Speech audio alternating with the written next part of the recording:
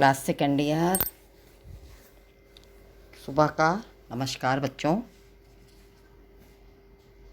और second year class, मैंने कल आपको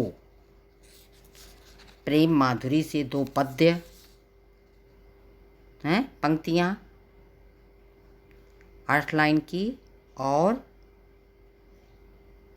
यमुना छवि से पहला पद्य की व्याख्या मैंने आप लोगों को बताया, ठीक।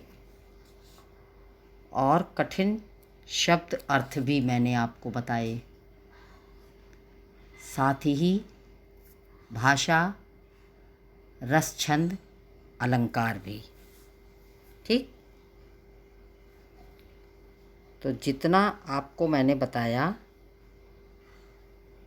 मैं समझती हूँ कि उतना आपने घर में रिवीज़न ज़रूर किया होगा, ठीक। और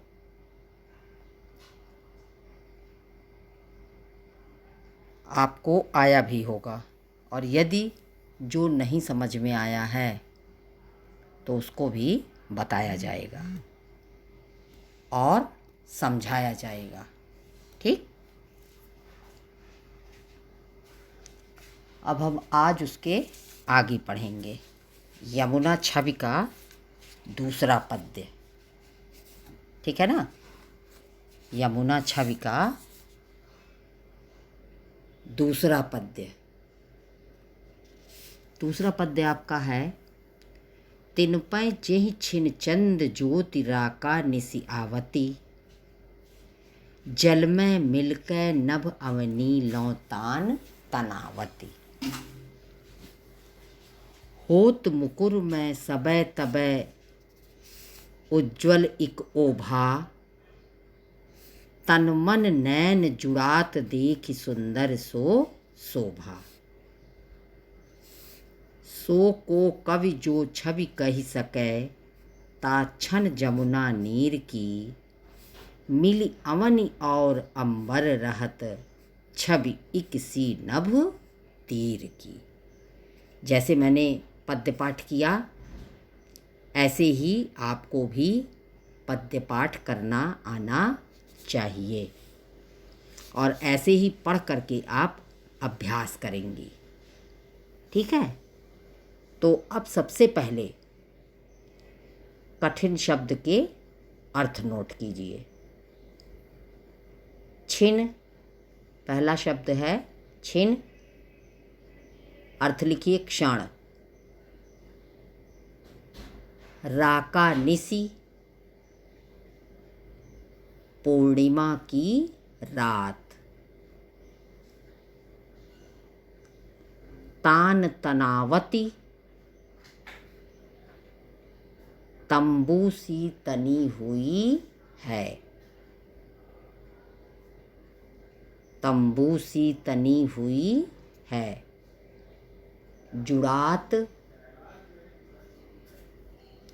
शीतल, ठीक।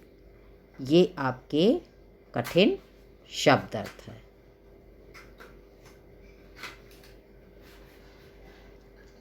तो चलिए अब इसकी व्याख्या देखते हैं, बताते हैं। और प्रस्तुत पद्य में कवि ने, भारतेंदु हरिश्चंद्र जी ने, यमुना की शोभा का मनोहारी चित्रण किया है। तिन पै जेहि छिन चंद ज्योति राका निसि आवती। जब यमुना में पूर्णिमा के चंद्रमा की किरणें पड़ती हैं, ठीक, तब ये किरणें जल में मिलकर पृथ्वी से आकाश तक तंबू सा तान देती हैं।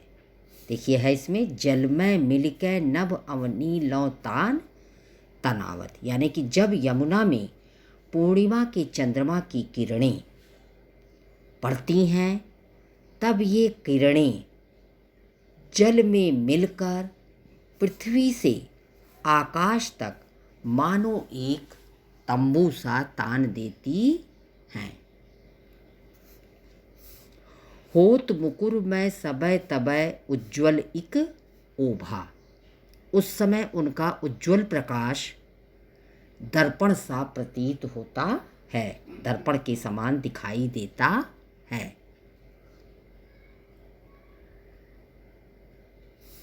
तन मन नैन जुड़ात देख सुंदर सो शोभा। यमुना की इस सुंदरता और इस शोभा को देखकर तन मन और आँखें परम शीतलता और आनंद का अनुभव करती हैं। क्या होता है, मतलब वह दृश्य देख करके, वह सुंदर दृश्य को देख करके तन मन और आँखें